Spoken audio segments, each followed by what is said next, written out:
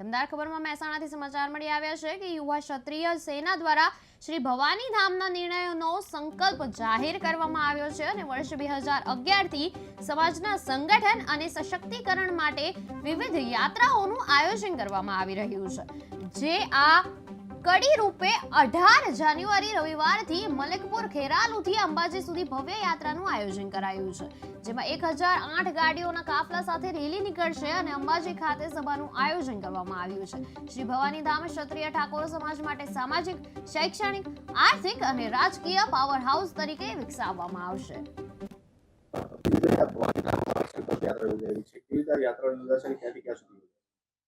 શ્રી ભવાની ધામ સંકલ્પ યાત્રા ખેરાલુના મલેકપુર રામદેવ પીર મહારાજના મંદિરેથી 1008 ગાડીઓના જંગી કાફલા સાથે માં અંબાજીના ધામમાં જશે અને ક્ષત્રિય ઠાકોર સમાજની આસ્થાનું ધામ એક સંસ્થાનું નિર્માણ થાય એ માટે સંકલ્પ લઈ અને ત્યાં અંબાજીમાં સભા યોજશે।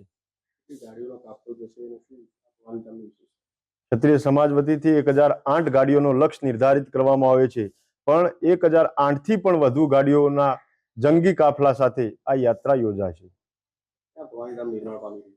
એ સ્થળ અને ભૂમિપૂજનની તારીખ પણ ટૂંકા ગાળાની અંદર આપ મીડિયા મિત્રોના માધ્યમથી અને જાહેર સભાના પ્લેટફોર્મ પરથી એની પણ સ્પષ્ટીકરણ અને જાહેરાતો કરીશું, પણ હાલ પૂરતા આ ભવાની ધામ સંકલ્પ યાત્રા યોજી અને સમાજમાં એક ચેતના અને ઉર્જા લાવવા માટે કાર્યરત છીએ।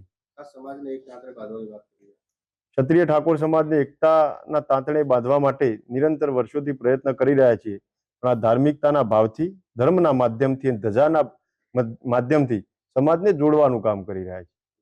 આ ભવાની ધામ બનવાનું છે તે ધાર્મિક મંદિર બનશે કે શૈક્ષણિક સાથે સામાજિક વિકાસ માટે બનશે? સામાજિક, શૈક્ષણિક, આર્થિક, રાજકીય અને સમાજના સર્વાંગી વિકાસ માટેનું આ ધામ હશે અને પોલિટિકલી જેને પણ માનવું હોય પાવર હાઉસ ભવિષ્યમાં નિર્માણ થશે।